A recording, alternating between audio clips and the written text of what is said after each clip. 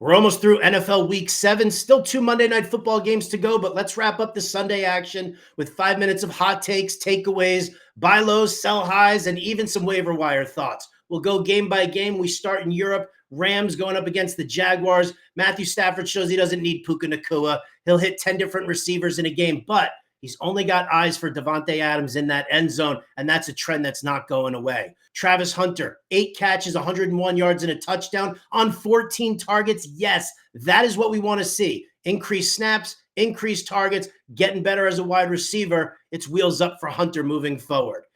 Carolina against the Jets. The Carolina backfield was the focus. Rico Dowdle had 17 carries, a 4.6 yards per carry average, and 2 targets. Chuba Hubbard got the start, only had 14 carries, 2.2 yards per carry average, 3 targets. Don't worry about Chuba Hubbard. It was his first game back. We expected this split, and we know that he's going to still take over moving forward. As for the Jets, they're a lost cause. Justin Fields bench, Breece Hall only 11 carries against Carolina. Garbage. At least they get the number 1 pick next year. Indianapolis Colts against the Los Angeles Chargers. For the Colts, Jonathan Taylor, Michael Pittman, Tyler Warren. That's just the fantasy gift that just keeps on giving. On the Chargers side, Orande Gadsden had a breakout game. It was absolutely fantastic. However, I don't necessarily know if we can count on this. Colts ranked 22nd in DVOA against the tight end, so it was a positive matchup. But let's face it, he still has McConkey, Keenan Allen, and Quentin Johnston ahead of him on the target list. Denver against the New York Giants. What a whacked out game this was, huh?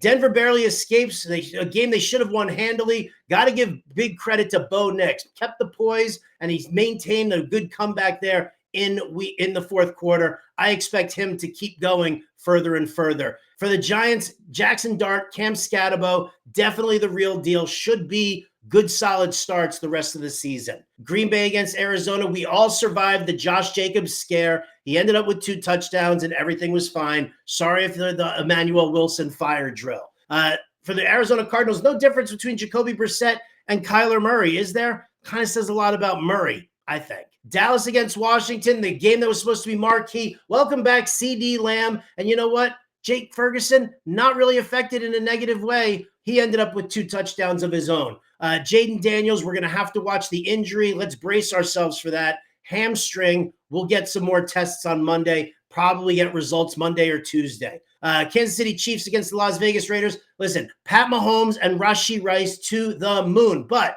the key waiver ad here is Brashard Smith, the running back, because this guy here saw 14 carries, 5 targets. He's getting an increased role, and he's going to be a good, solid pass-catching back in Andy Reid's system.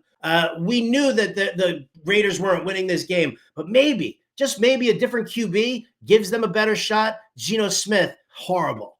Cleveland Browns against Miami Dolphins here. As expected, Quinshon Judkins delivered. I wish the rushing yards were a little bit more, but who's upset about 3 touchdowns? By the time you're watching this, Mike McDaniel might actually be the next coach to have been fired. I don't necessarily know if he's going to be fired yet, but he probably should be. He's on his way out.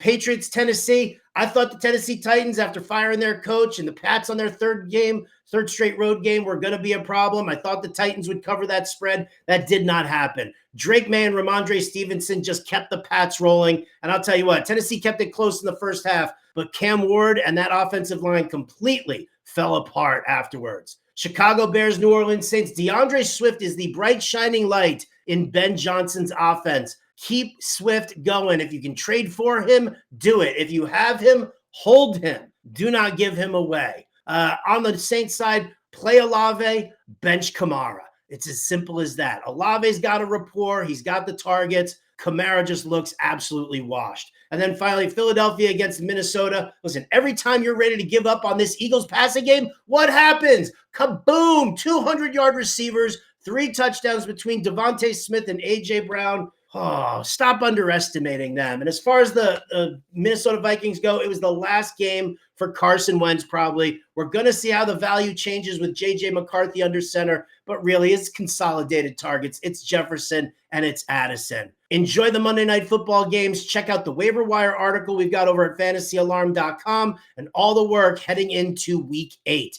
Good luck out there.